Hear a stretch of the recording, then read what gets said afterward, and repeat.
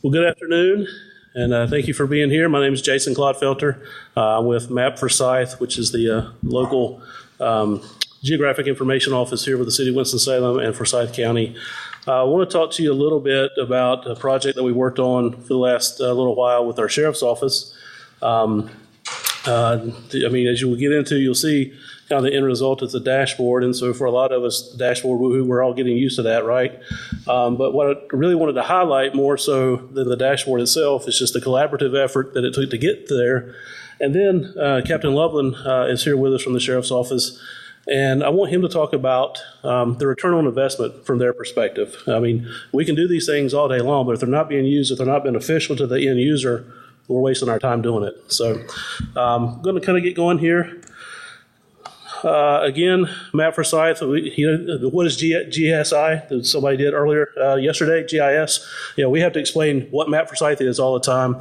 But again, we're just the City County Geographic Information Office here for Forsyth County and City of Winston-Salem. We do serve the other jurisdictions here within the county as well through interlocal agreements. Currently, we have a staff of 7, which includes our GIO. Then we have 4 GIS staff, and all the addressing, the street renaming, address maintenance, that type of stuff takes place in our office as well. And then for the Sheriff's Office, you see our sheriff here. Sheriff Kimbrough was recently elected. We've got a new sheriff for the first time in 16 years. So obviously with that, some changes I'm sure are taking place. He would know more so than I would. But you can see some of the information about the Sheriff's Office as far as our total number of employees, and sworn officers are about 230. They do provide services to all the citizens across the county, but patrol and that type of stuff focus more on areas outside of the City of Winston-Salem and the town of Kernersville. So they're serving a population of about 107,000. The patrol division has a staff of about 60, with typically around 11 deputies on patrol at any given time. And our crime analysis unit consists right now of one person sitting over here. So she's kind of got a lot on her shoulders. So as we started learning a little bit more about the operations dashboard piece, and with the relationship that we had kind of already in place with the Sheriff's Office, we knew that they had some areas of things that they wanted to improve on. They have this thing called morning lineup. It's basically where they do shift change, and so the folks that are coming on duty get together and they talk about it. It goes through almost like reading reports, if I'm correct. Yes. So it's kind of a mundane reading. This many of this incident occurred last night, or this many of this thing happened yesterday. So they wanted to kind of improve upon that, maybe make it a little more interactive. And then to try to help out the crime analysts a little bit to, just see if there were things that we could do to maybe help locate some patterns and things, maybe just a little bit quicker. Again, the staff of one person, she's doing lots and lots of things. So it takes a while sometimes to get some of those items pulled together. And command staff wanted to make sure that they were properly allocating their resources and that type of thing throughout the county. So we did kind of come back and present to them the ESRI operations dashboard. And so what we initially did was we acquired some sample data from the CAD system. We basically just got 5 days worth of CAD data, and then we created this proof of concept. We pitched it to the captain, to the crime analyst, and to their IT director. And you can see the goals that we had here really were just to provide additional assistance to crime analysts, provide some visuals to the command staff, some maps and charts, things make it a little more interesting and appealing rather than just reports. And then from our perspective a little bit, increase the awareness of GIS and its capabilities, specifically within the Sheriff's Office. So this is a screenshot of our demo, if you will, our beta. Just using the 5 days worth of data that we had acquired. So again, the dashboard we had on this, if I can get this, on the left side, they basically took all the CAD nature codes that they had. They went through and kind of did a classification on those to be able to show the things that they wanted to show. We had the little pie chart, the indicator, then of course the interactive mapping piece. So we sat down, showed this to them, and I think everyone was very pleased with what this offered. And so we kind of got the thumbs up to go ahead and move forward with this application. it was decided that they wanted to show a 30-day rolling period. So anytime that they open up the dashboard, they were going to get a snapshot of time of the prior 30 days. There were additional data and additional fields from the CAD system that they wanted from the basic that we had originally gotten in the original dump. They wanted to be able to include date and time filters so they could look at specific incidents by a certain time period.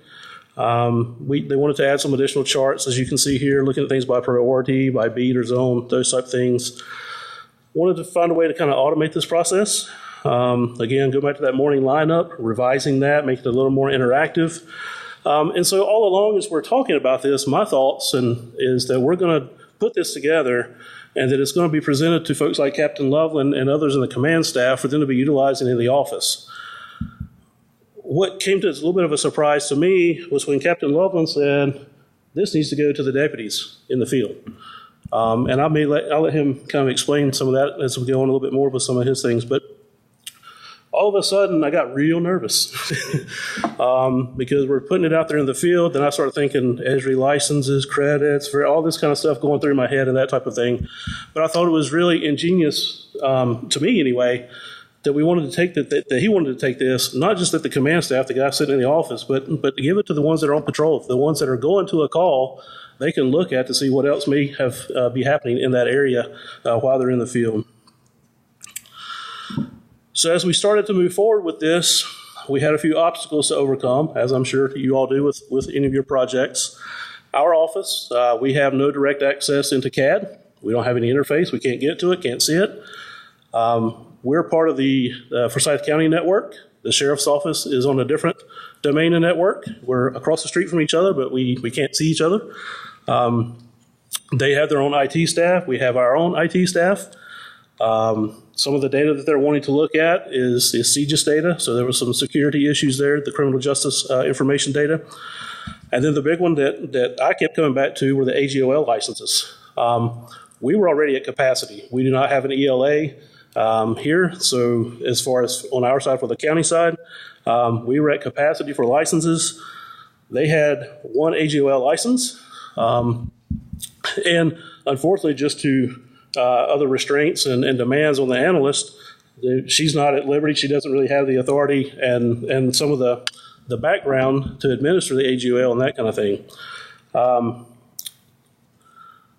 So what did we do to kind of overcome those? Well, again, collaboration. And if you've heard me talk before, a lot of times it's kind of repetitive. I talk a lot about communication, collaboration, and relationship building. And I think that's the key to a lot of the stuff that we all do. So we worked with our county MIS. They were able to provide a location on the county network that I could get to and see that would allow the sheriff's office to push data across to a secure location that we can get to. Captain Loveland and Kim, as a crime analyst, went through and they determined of all the CAD codes, the nature codes that are in CAD, they went through the process to do the classification of these are the ones that we want to be able to see in the dashboard. And we worked with their IT. They got approval to purchase additional licenses. And then they also provide a CSV file. They go through, create the classification. They've got a little script, and I'm not sure what Mike has it written in, honestly. But he goes through, pulls a fresh dump of data every day at 5:30 a.m. and pushes it across to the location on our side for us to grab.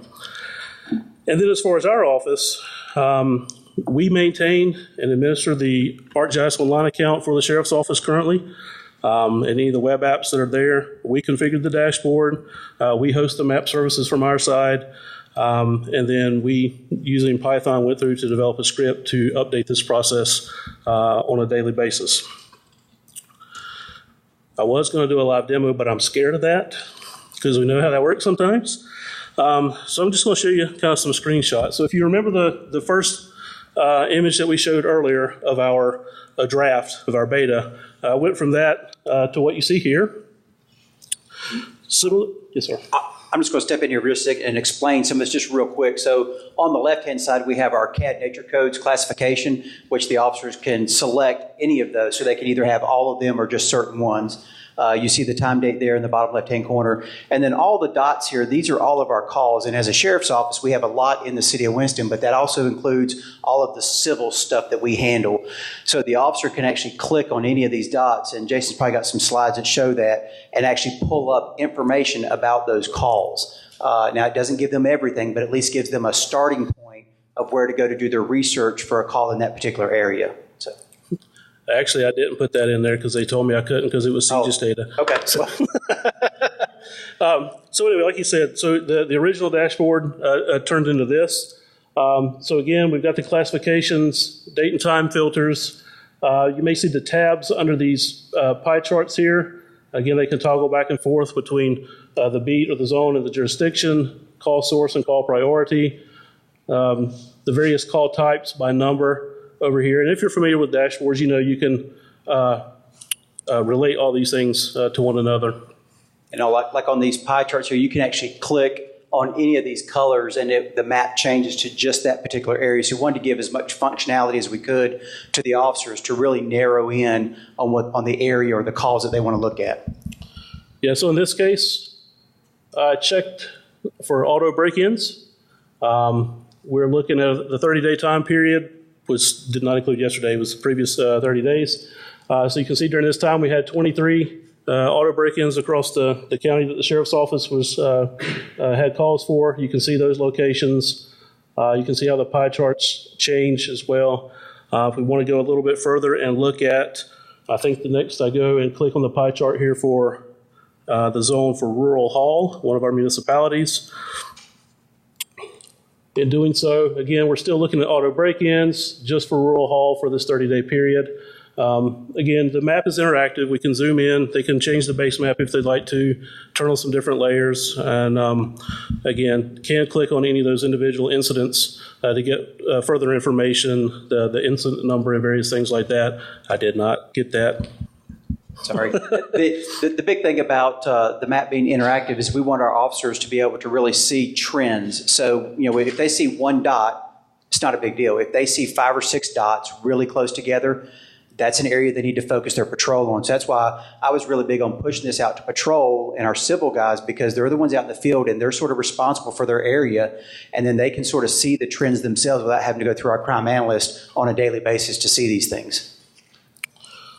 Just another part of the screenshot ended up changing the map, going to look at, this is now we're looking at jurisdiction rather than beat.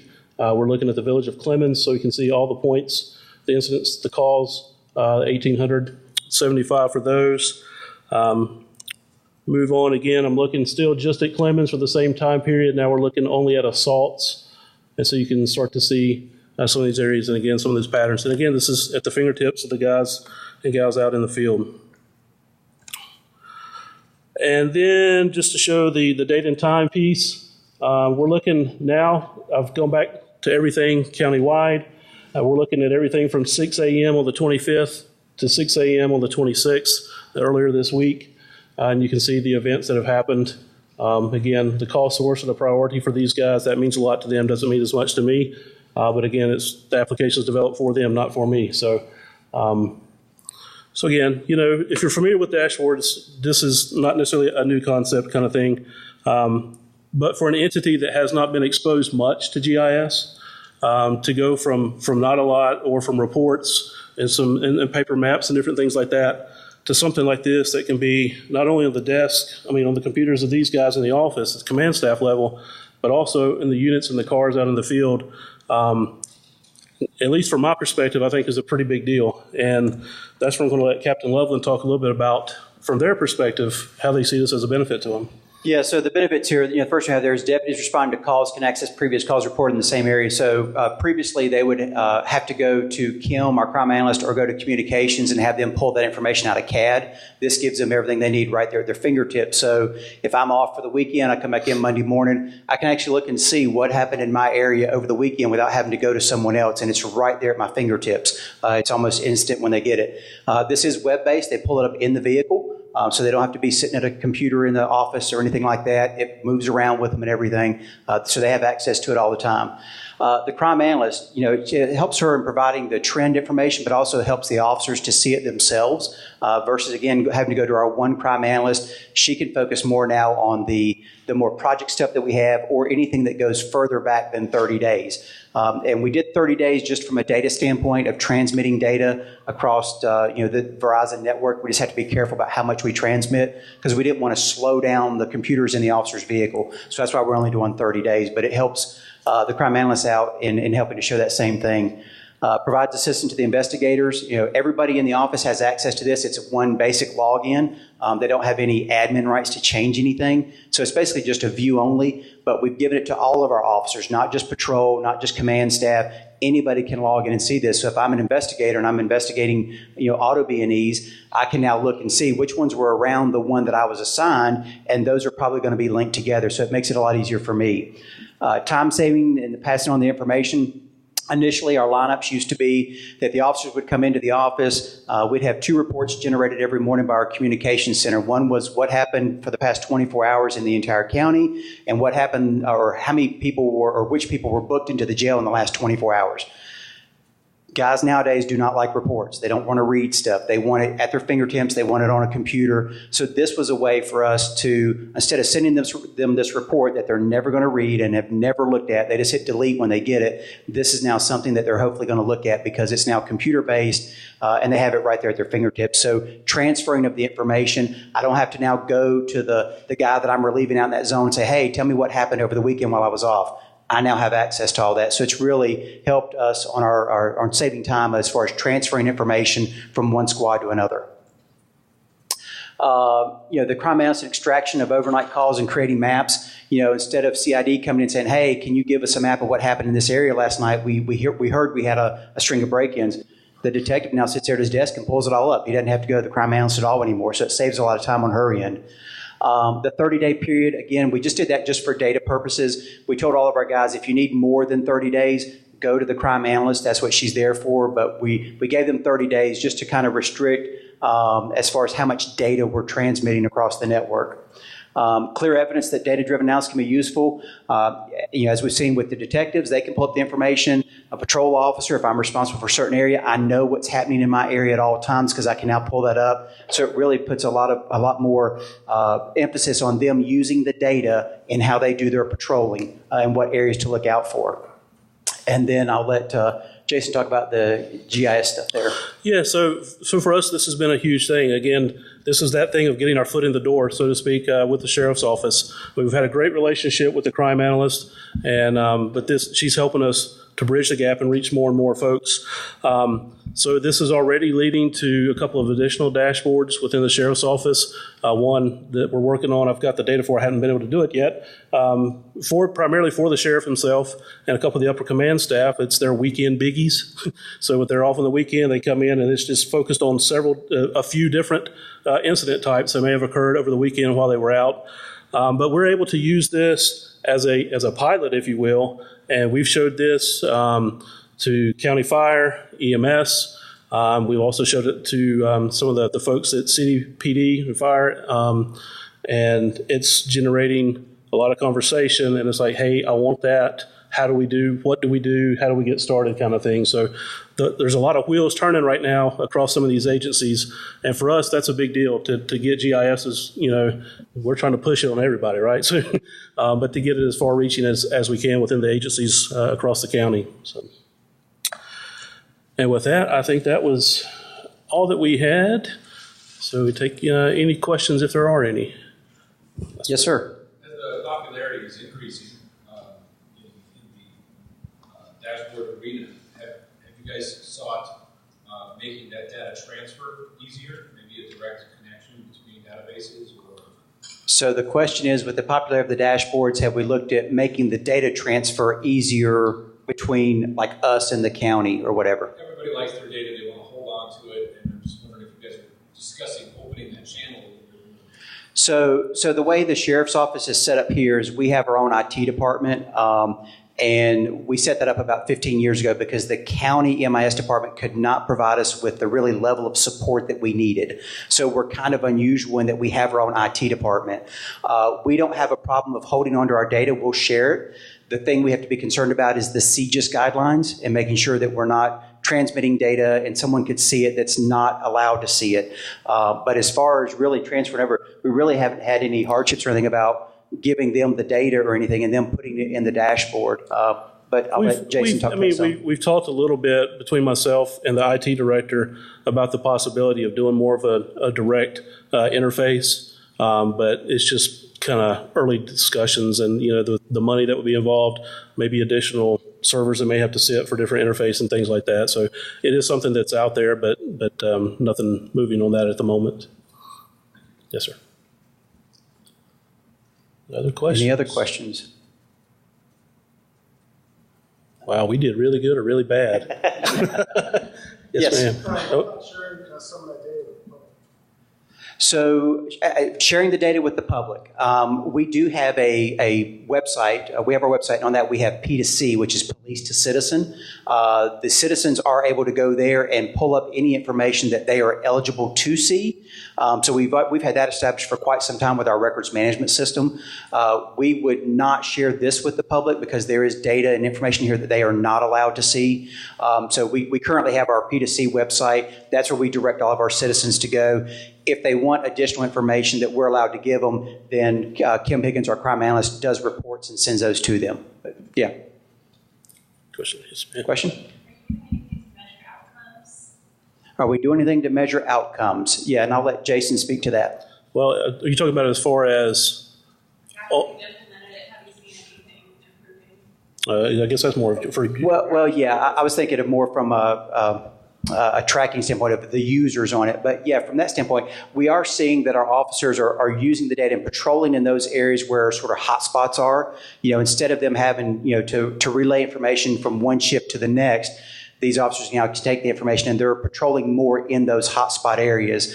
It has not been out there long enough to really see if there's a reduction in crime in those areas, but that is sort of a long-term goal that we have as far as after it's been out there for a while, now look and see, okay, these spots that we knew were problems in the past, are they still that same way now that we're able to increase patrols and the deputies can sort of make their own decisions of where they're going to be patrolling in those areas?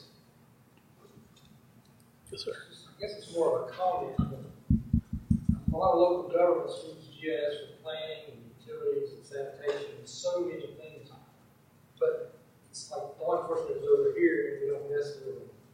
And I think this partnership that you're doing could really help a lot. I'm just excited about it. Yeah, so the comment was your GIS departments are sort of over in this field and law enforcement's in the opposite field and getting that collaboration. And yeah, we have a very good working relationship with our GIS folks here. Jason brought this to us, and the first time I saw it, I was immediately like, oh yeah, that's great. I want to push it out to everybody. I don't want this just to be for command staff because even though I'm a little bit older, a little bit wiser, I should say, I know the younger guys, they don't read reports. They want things that are at their fingertips. They want it in computer form, web-based, things like that. And so this I really saw as a way for us to get that information to them in a format that they would utilize. And so we have really strengthened our partnership and our relationship because of working through this. Yeah. And one thing I'll say about that too is, a lot of these guys are they're very proud of their organizations and agencies, and they're a little territorial. So we were trying to get somebody to take the bait. They took the bait and they pushed it and they ran with it. Now that they've got it, everybody else wants it. So, so part of it, again, is getting the foot in the door somewhere. And I don't want to say leveraging it, but leveraging it. Finding the right person. Yeah. and yes, sir. I understand that you can't share the details of calls, but I guess you can share stats. There were 5 auto break-ins in this census tract or whatever. As you continue to work with other agencies, EMS, fire, city, police, do you see a unified database that is stripped down? So when the EMS guy pulls up, oh, I've got a structure fire. Oh, wow, there were 5 assaults near there. Maybe I should call police so that, I don't know, for that unity. So talking about unity between police, fire, EMS, and sort of sharing the data between them, we still have to be concerned about some of our CGIS guidelines because even fire and EMS are not CGIS compliant. So we still have to be concerned about that. We actually do share a CAD system with EMS. So we can see the information that they put in, they can see the information that we put in, but I don't know that they're in-car terminals, like in the ambulances. I don't know that they can pull any of that information up at this time. There's just agency-specific right now. Yeah. I think it's a great idea, and I'd love to move forward in that direction.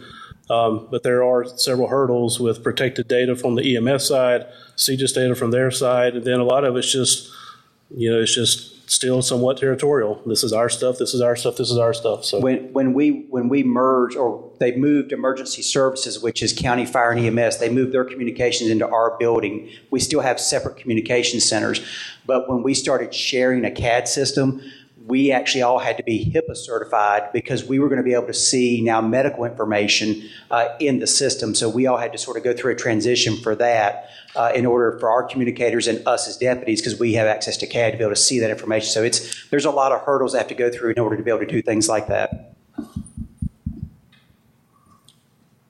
Yes, sir. Have you thought about utilizing the data to not only pinpoint where to focus your patrolling, but also to enhance community policing efforts by maybe doing things like in clusters, doing neighborhood events where the police are involved, try to develop and build those relationships between you and the community? It seems that can be a way of also reducing crime and Yeah, so using the data to be more community involved and knowing sort of what areas to control or to go into to get the community more involved in that area to hopefully reduce crime and all. And yeah, so our crime prevention officer, he's a sergeant. We do a lot of community outreach programs and things. And yes, he has the same access to all this data to say, okay, these are areas where we need to get into to maybe set up those community watch programs or go in there and just teach them about how to look for things that are just odd and when to call us and when not to call us. We always have the saying, see something, say something,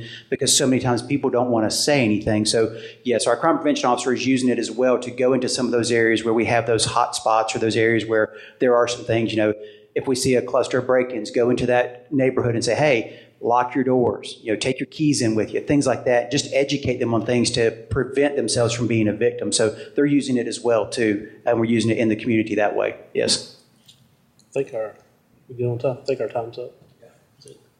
Thank you all very much. Yep. If you have any other questions, you can find us afterwards. So thank you. Our contact information is there.